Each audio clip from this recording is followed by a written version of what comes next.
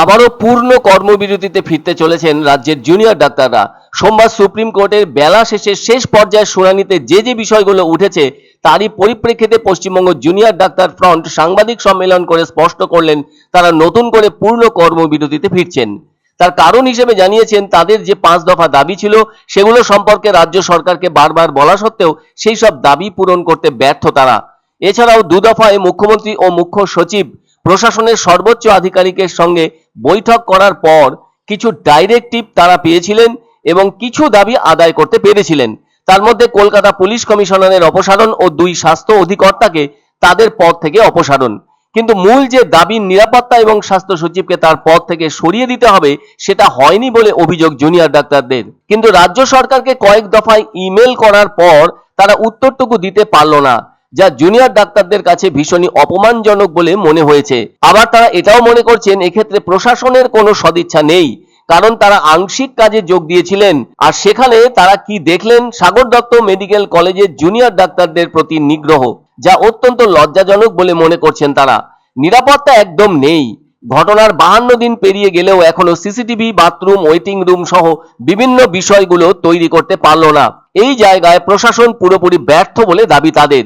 তারা মৌখিক প্রতিশ্রুতি দিয়েছিল, কিছু ডাইরেক্ট দিয়েছিল, কিন্তু তারা সেটা পূরণ করতে পারেনি। তাই সোমবার সুপ্রিম কোর্টের শুনানির পর তারা নিজেদের মধ্যে মিটিং করে মন স্থির করে নিয়েছেন যে আবার তারা পূর্ণ কর্মবিরতিতে ফিরছেন, আন্দোলনে ফিরছেন। তাদের এই আন্দোলন আরো তীব্রতর হবে বলে জানান তারা। যতক্ষণ না পর্যন্ত এই থ্রেট কালচার, কলেজে কলেজে দুর্নীতি এবং রোগী কল্যাণ সমিতির নামে যে ছাত্রের উপর নিপীড়ন, সেটা প্রশাসন আশ্বাস দিলেও তা তেমন কার্যকর হয়নি, আর তার লিখিত কিছু পাওয়াও যায়নি।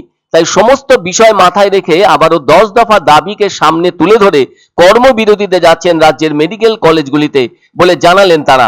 ওই দাবিগুলির মধ্যে রয়েছে দ্রুত ও স্বচ্ছতার সাথে অভয়ার ন্যায় বিচার করতে হবে, স্বাস্থ্য সচিবের অপসারণ অবিলম্বে করতে হবে, সব হাসপাতালে কেন্দ্রীয়ভাবে রেফারাল ব্যবস্থা চালু করতে হবে, অতি দ্রুততার সাথে রাজ্যের সব হাসপাতালগুলিতে ডিজিটালাইজড বেড ভ্যাকেন্সি মনিটর চালু করতে হবে, অবিলম্বে অতি দ্রুততার সঙ্গে প্রয়োজনীয় ভিত্তিতে সিসিটিভি বসাতে হবে, অবিলম্বে বাথরুমের ব্যবস্থা ও প্যানিক বটম সঙ্গে হেল্পলাইন চালু করতে হবে, সব হাসপাতালে বেসরকারি ও সিভিক ভলান্টিয়ার নয় পুলিশি সুরক্ষা দিতে হবে, সব হাসপাতালে অবিলম্বে ডাক্তার, নার্স, স্বাস্থ্যকর্মী নিয়োগ করতে হবে, অবিলম্বে সব হাসপাতালে থ্রেট কালচার বন্ধ করতে হবে এবং অবিলম্বে সমস্ত মেডিকেল কলেজের ছাত্র সংসদের ভোট নির্বাচন প্রক্রিয়া শেষ করতে হবে। অন্যদিকে মহালয়ার তর্পণ জুনিয়র ডাক্তারদের পক্ষ থেকে করা হবে।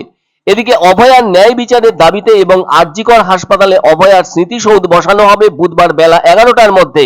আবার ওই দিনই কলেজ স্কোয়ার থেকে ধর্মতলা পর্যন্ত মহা মিছিলের ডাক এবং শেষে মহা সমাবেশ হবে ধর্মতলায়। আর পুজোর দিনগুলিতে কি কি কর্মসূচি থাকবে তা আগামী দিনে জানিয়ে দেওয়া হবে বলে জানালো জুনিয়র ডাক্তার ফ্রন্ট। সরকারের পক্ষ থেকে সুরক্ষা, রোগী পরিষেবা ও ভয়ে রাজনীতির প্রশ্নে নিম্নলিখিত বিষয়গুলিতে সুস্পষ্ট পদক্ষেপ না পাওয়া অবধি আমরা পূর্ণ কর্মবিরতি চালিয়ে যেতে বাধ্য হব। আনন্দ সংবাদ, আনন্দ সংবাদ। 30 বছরের নির্ভরযোগ্য প্রতিষ্ঠান ইন্দ্রমণি রাইস মিল। আমাদের কয়েকটি জনপ্রিয় ব্র্যান্ড হলো তাজ, বরলি, খুশি ইত্যাদি। আমাদের factory outlet CG trading company, Dinbazar, axis ব্যাংকের পাশে, জলপাইগুড়ি। এখানে সুলভ মূল্যে গুণগত মানের সব ধরনের চাল পাওয়া যায়। Phone number 9547029475। এক অন্য অনুভূতির স্পর্শ পাওয়া যায় রয়কো ব্র্যান্ডের গেঞ্জি ও জাঙ্গিয়ায়। তাই ছোট বড় সবার পছন্দ রয়কো গেঞ্জি ও জাঙ্গিয়া। প্রস্তুতকারক জয়মনি হোশিয়ারি, কলকাতা।